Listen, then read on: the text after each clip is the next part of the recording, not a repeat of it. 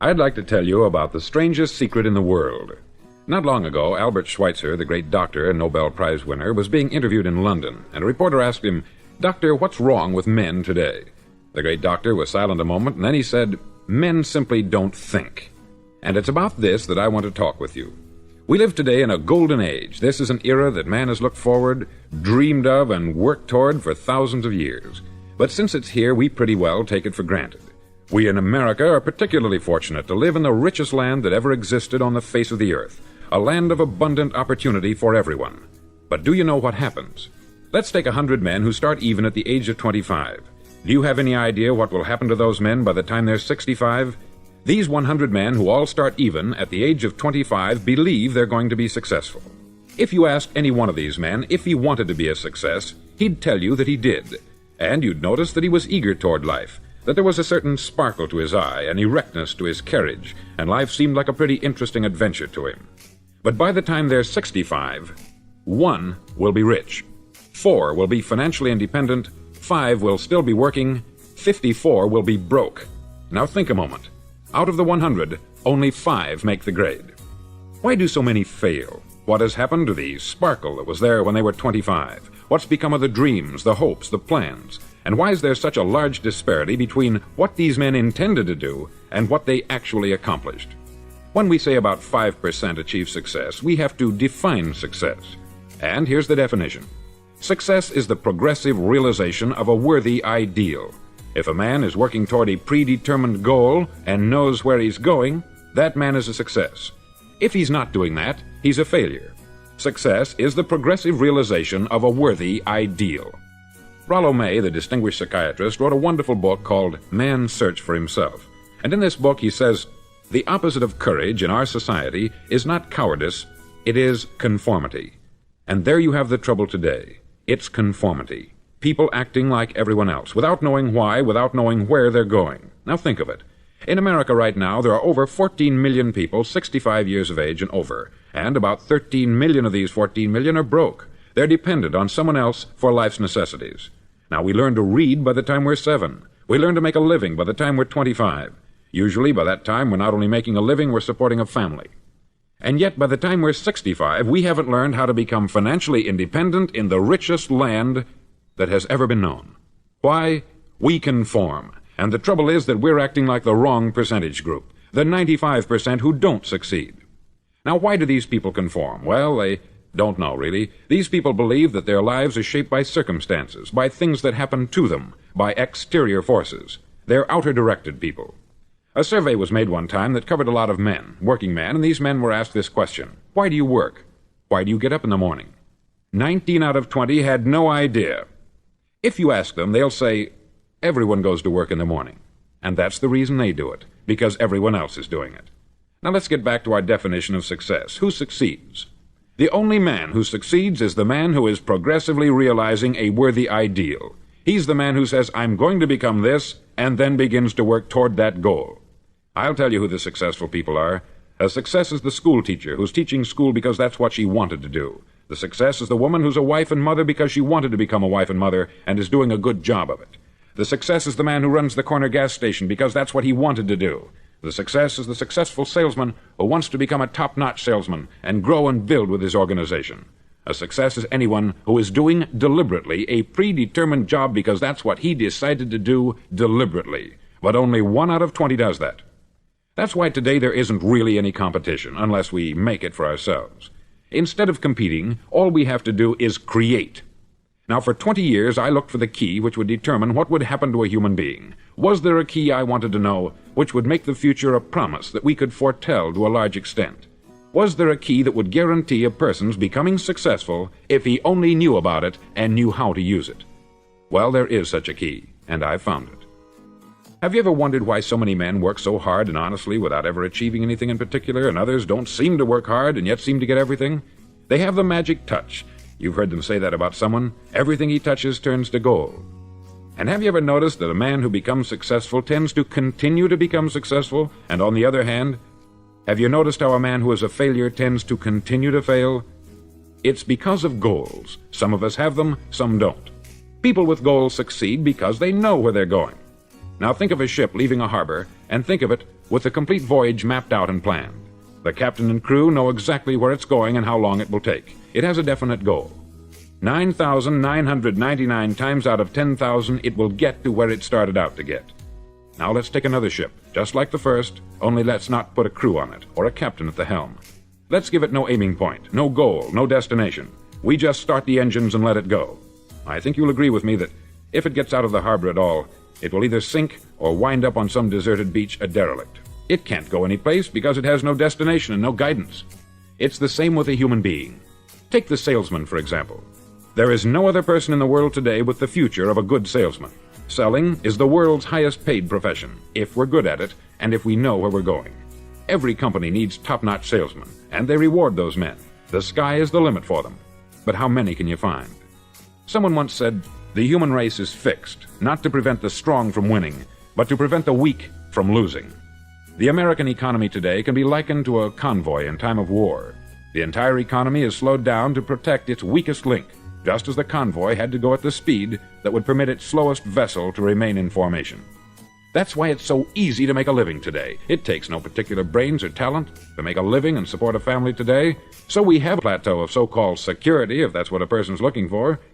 But we do have to decide how high above this plateau we want to aim for. Now let's get back to the strangest secret in the world, the story that I wanted to tell you today. Why do men with goals succeed in life, and men without them fail? Well, let me tell you something which, if you really understand it, will alter your life immediately. If you understand completely what I'm going to tell you from this moment on, your life will never be the same again. You'll suddenly find that good luck just seems to be attracted to you. The things you want just seem to fall in line. And from now on, you won't have the problems, the worries, the gnawing lump of anxiety that perhaps you've experienced before. Doubt, fear, well, they'll be things of the past. Here's the key to success, and the key to failure. We become what we think about. Now let me say that again. We become what we think about. Throughout all history, the great wise men and teachers, philosophers and prophets have disagreed with one another on many different things.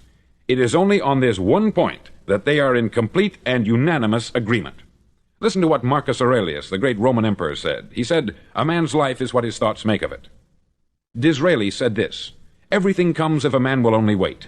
I have brought myself by long meditation to the conviction that a human being with a settled purpose must accomplish it, and that nothing can resist a will that will stake even existence for its fulfillment." Ralph Waldo Emerson said this, "A man is what he thinks about all day long." William James said, "The greatest discovery of my generation is that human beings can alter their lives by altering their attitudes of mind." And he also said, "We need only in cold blood act as if the thing in question were real, and it will become infallibly real by growing into such a connection with our life that it will become real.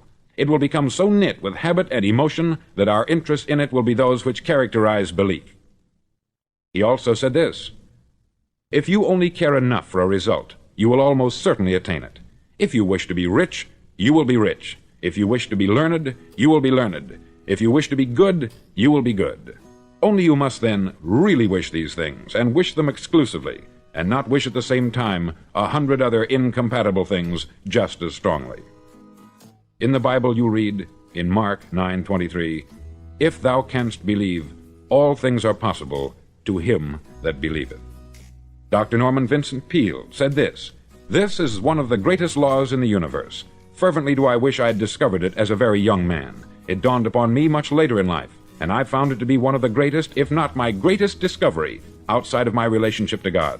And the great law, briefly and simply stated, is that if you think in negative terms, you'll get negative results. If you think in positive terms, you will achieve positive results. That is the simple fact which is at the basis of an astonishing law of prosperity and success. In 3 words, believe and succeed." William Shakespeare put it this way, "Our doubts are traitors, and make us lose the good we oft might win, by fearing to attempt." George Bernard Shaw said, "People are always blaming their circumstances for what they are. I don't believe in circumstances. The people who get on in this world are the people who get up and look for the circumstances they want, and if they can't find them, make them." Well, it's pretty apparent, isn't it? And every person who discovered this for a while believed that he was the first one to work it out. We become what we think about. Now, it stands to reason that a person who's thinking about a concrete and worthwhile goal is going to reach it, because that's what he's thinking about. And we become what we think about. Conversely, the man who has no goal, who doesn't know where he's going, and whose thoughts must therefore be thoughts of confusion and anxiety and fear and worry, becomes what he thinks about. His life becomes one of frustration, fear, anxiety, and worry. And if he thinks about nothing, he becomes nothing. Now, how does it work? Why do we become what we think about? Well, I'll tell you how it works as far as we know. Now, to do this, I want to tell you about a situation that parallels the human mind. Suppose a farmer has some land, and it's good, fertile land. Now, the land gives the farmer a choice. He may plant in that land whatever he chooses. The land doesn't care. It's up to the farmer to make the decision. Now, remember, we're comparing the human mind with the land, because the mind, like the land, doesn't care what you plant in it. It will return what you plant, but it doesn't care what you plant. Now, let's say that the farmer has 2 seeds in his hand. One is a seed of corn, the other is nightshade, a deadly poison. He digs 2 little holes in the earth, and he plants both seeds, one corn, the other nightshade. He covers up the holes, waters, and takes care of the land, and what will happen? Invariably, the land will return what is planted. As it's written in the Bible, as ye sow, so shall ye reap. Remember, the land doesn't care. It will return poison in just as wonderful abundance as it will corn. So up come the 2 plants, one corn, one poison.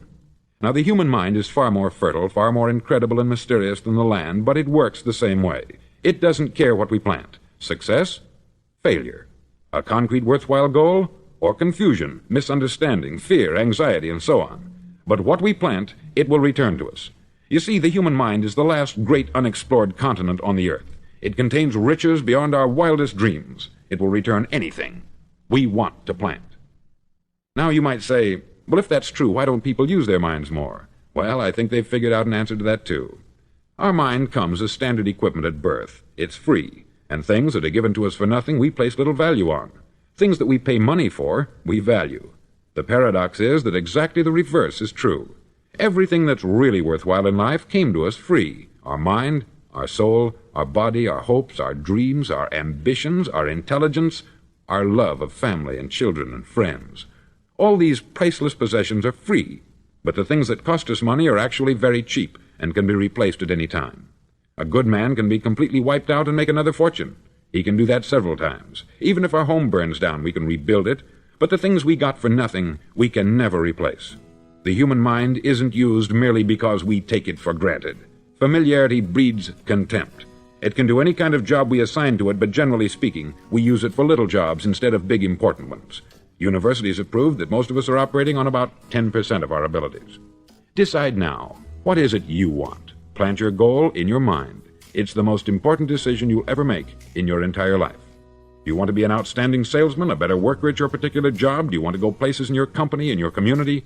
All you've got to do is plant that seed in your mind. Care for it. Work steadily toward your goal, and it will become a reality. It not only will, there's no way that it cannot.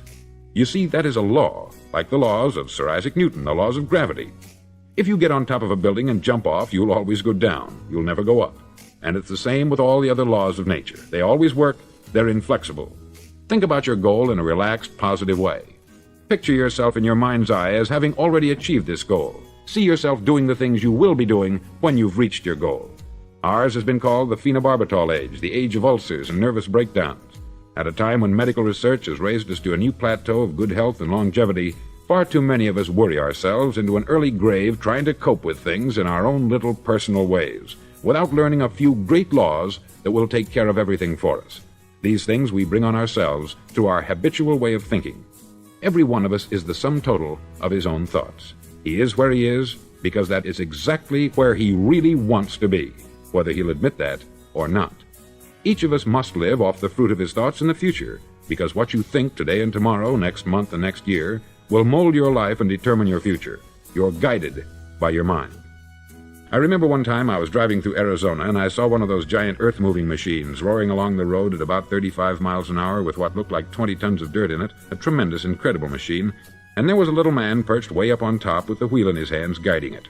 And as I drove along, I was struck by the similarity of that machine to the human mind. Just suppose you're sitting at the controls of such a vast source of energy. Are you going to sit back and fold your arms and let it run itself into a ditch? Or are you going to keep both hands firmly on the wheel and control and direct this power to a specific, worthwhile purpose? It's up to you. You're in the driver's seat. You see, the very law that gives us success is a two-edged sword. We must control our thinking. The same rule that can lead a man to a life of success, wealth, happiness, and all the things he's ever dreamed of for himself and his family, that very same law can lead him into the gutter. It's all in how he uses it, for good or for bad. This is the strangest secret in the world. Now, why do I say it's strange, and why do I call it a secret? Actually, it isn't a secret at all. It was first promulgated by some of the earliest wise men, and it appears again and again throughout the Bible. But very few people have learned it, understand it. That's why it's strange, and why, for some equally strange reason, it virtually remains a secret. I believe that you could go out and walk down the main street of your town and ask one man after another what the secret of success is, and you probably wouldn't run into one man in a month who could tell you. Now, this information is enormously valuable to us, if we really understand it and apply it. It's valuable to us not only for our own lives, but the lives of those around us, our family, employees, associates, and friends. Life should be an exciting adventure. It should never be a bore. A man should live fully, be alive. He should be glad to get out of bed in the morning. He should be doing a job he likes to do because he does it well. One time I heard Grove Patterson make a speech, the editor-in-chief of the Toledo Daily Blade, and as he concluded his speech, he said something that I've never forgotten. He said something like this: "My years in the newspaper business have convinced me of several things, among them that people are basically good, and that we came from someplace, and we're going someplace. So we should make our time here an exciting adventure. The architect of the universe didn't build a stairway leading nowhere." And the greatest teacher of all, the carpenter from the plains of Galilee, gave us the secret time and time again. As ye believe, so shall it be done unto you. I've explained the strangest secret in the world and how it works. Now I want to explain how you can prove to yourself the enormous returns possible in your own life by putting this secret to a practical test. I want you to make a test that will last 30 days. Now, it isn't going to be easy. If you'll give it a good try, it will completely change your life for the better. Back in the 17th century, Sir Isaac Newton, the English mathematician and natural philosopher, gave us some natural laws of physics which apply as much to human beings as they do to the movement of bodies in the universe.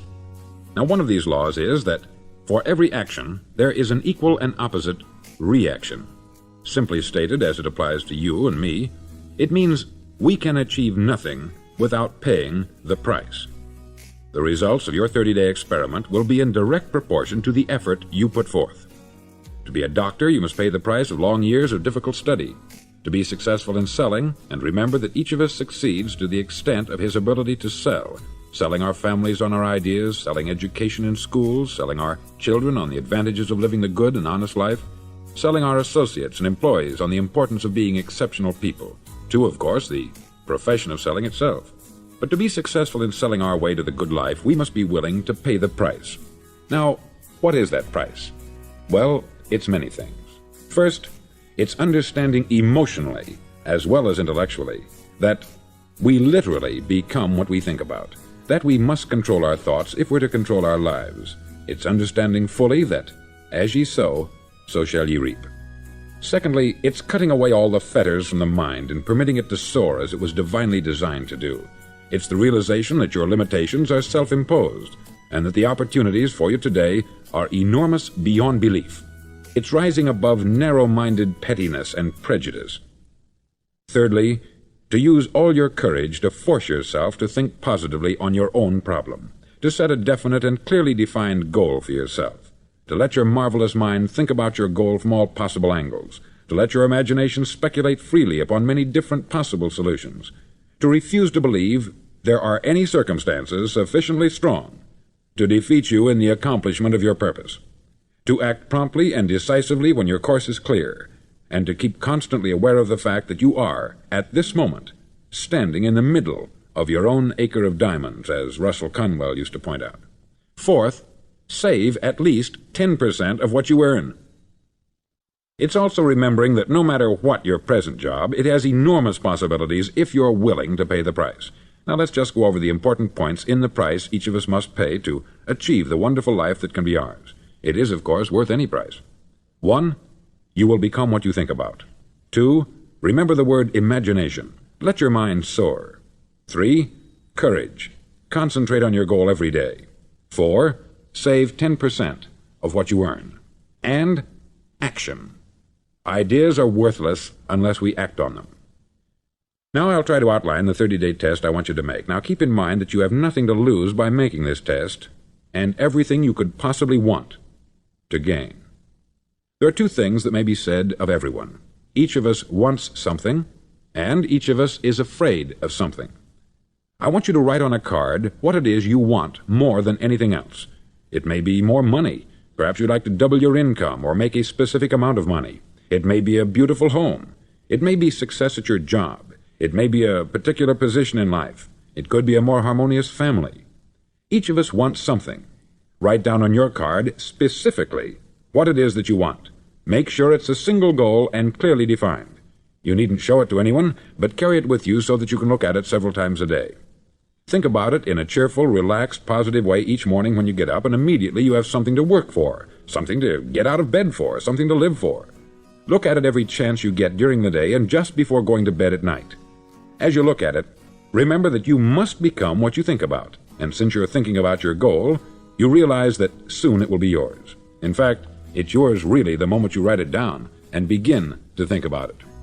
Look at the abundance all around you as you go about your daily business. You have as much right to this abundance as any other living creature. It's yours for the asking. Now we come to the difficult part. Difficult because it means the formation of what is probably a brand new habit, and new habits are not easily formed. Once formed, however, it'll follow you for the rest of your life. Stop thinking about what it is you fear. Each time a fearful or negative thought comes into your consciousness, replace it with a mental picture of your positive and worthwhile goal. There will come times when you will feel like giving up. It's easier for a human being to think negatively than positively. That's why only 5% is successful. You must begin now to place yourself in that group. For 30 days, you must take control of your mind. It will think only about what you permit it to think. Each day for this 30-day test, do more than you have to do. In addition to maintaining a cheerful, positive outlook, give of yourself more than you've ever done before. Do this knowing that your returns in life must be in direct proportion to what you give. The moment you decide on a goal to work toward, you're immediately a successful person. You're then in that rare and successful category of people who know where they're going. Out of every 100 people, you belong to the top 5. Don't concern yourself too much with how you're going to achieve your goal. Leave that completely to a power greater than yourself. All you have to do is know where you're going. The answers will come to you of their own accord. Remember these words from the Sermon on the Mount, and remember them well. Keep them constantly before you this month of your test. Ask, and it shall be given you. Seek, and ye shall find. Knock, and it shall be opened unto you. For every one that asketh receiveth, and he that seeketh findeth, and to him that knocketh it shall be opened. It's as marvelous and as simple as that. In fact, it's so simple that in our seemingly complicated world it's difficult for an adult to understand that all he needs is a purpose and faith. For 30 days, do your best. If you're a salesman, go at it as you've never done before, not in hectic fashion, but with the calm, cheerful assurance that time well spent will give you the abundance in return you deserve and want. No matter what your job, do it as you've never done it before for 30 days. And if you've kept your goal before you every day, you'll wonder and marvel at this new life you've found. Dorothea Brand, outstanding editor and writer, discovered it for herself and tells about it in her fine book, Wake Up and Live. Her entire philosophy is reduced to the words, act as though it were impossible to fail. She made her own test with sincerity and faith, and her entire life was changed to one of overwhelming success. Now you make your test for 30 full days. Don't start your test until you've made up your mind to stick with it. You see, by being persistent, you're demonstrating faith. Persistence is simply another word for faith. If you didn't have faith, you would never persist. If you should fail during your first 30 days, by that I mean suddenly find yourself overwhelmed by negative thoughts, you've got to start over again from that point and go 30 more days. Gradually your new habit will form, until you find yourself one of that wonderful minority to whom virtually nothing is impossible. Don't forget the card. It's vitally important as you begin this new way of living. On one side of the card, write your goal, whatever it may be. On the other side, write the words we've quoted from the Sermon on the Mount. Ask, and it shall be given you. Seek, and ye shall find. Knock, and it shall be opened unto you. Nothing great was ever accomplished without inspiration. See that during these crucial first 30 days, your own inspiration is kept at a peak. Above all, don't worry. Worry brings fear, and fear is crippling. The only thing that can cause you to worry during your test is trying to do it all yourself. Know that all you have to do is hold your goal before you. Everything else will take care of itself. Remember also to keep calm and cheerful. Don't let petty things annoy you and get you off course. Now, since making this test is difficult, some may say, well, why should I bother? Well, look at the alternative. No one wants to be a failure. No one really wants to be a mediocre individual. No one wants a life constantly filled with worry, fear, and frustration. Therefore, remember that you must reap that which you sow. If you sow negative thoughts, your life will be filled with negative things. If you sow positive thoughts, your life will be cheerful, successful, and positive. Now, gradually, you will have a tendency to forget what you've heard on this record. Play it often. Keep reminding yourself of what you must do to form this new habit. Gather your whole family about and listen to what's been said here at regular intervals. You know, most men will tell you that they want to make money without understanding the law. The only people who make money work in the mint. The rest of us must earn money. This is what causes those who keep looking for something for nothing or a free ride to fail in life.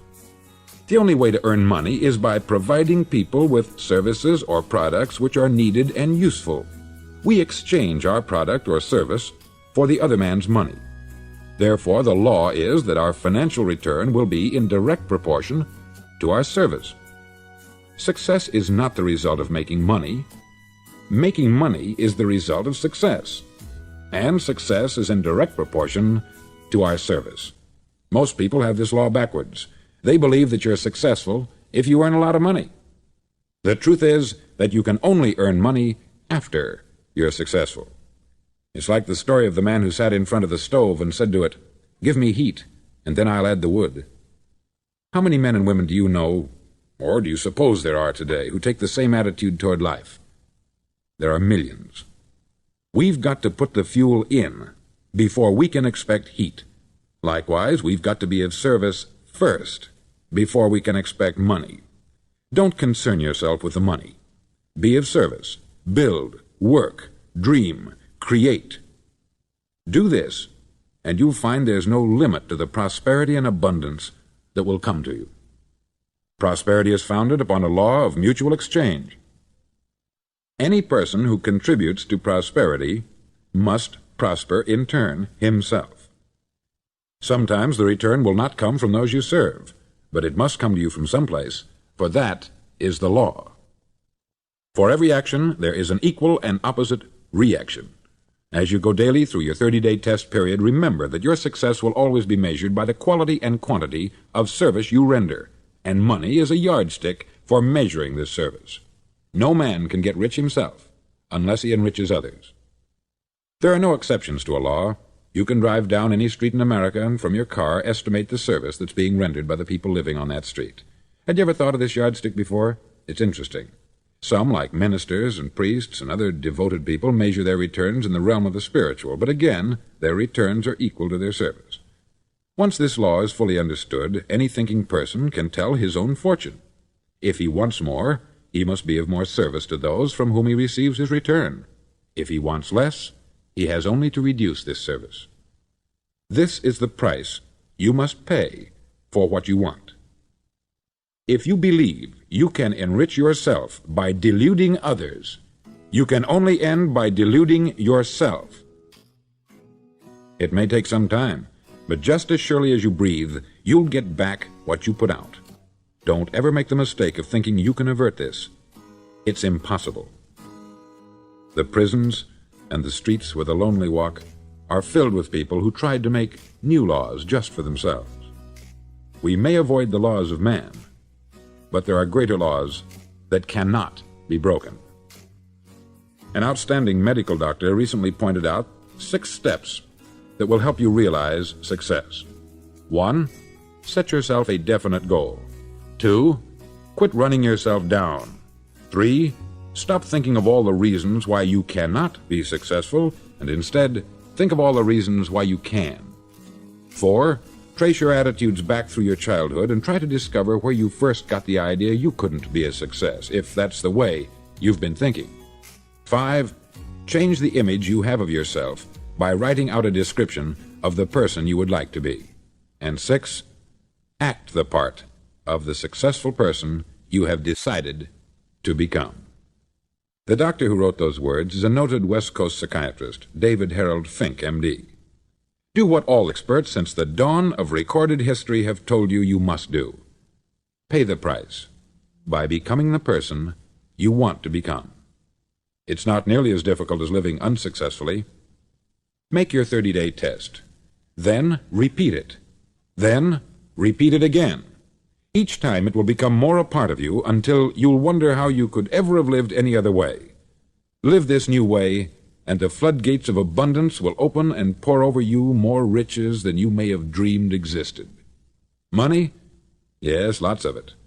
But what's more important, you'll have peace. You'll be in that wonderful minority who lead calm, cheerful, successful lives. Start today. You have nothing to lose, but you have a life to win.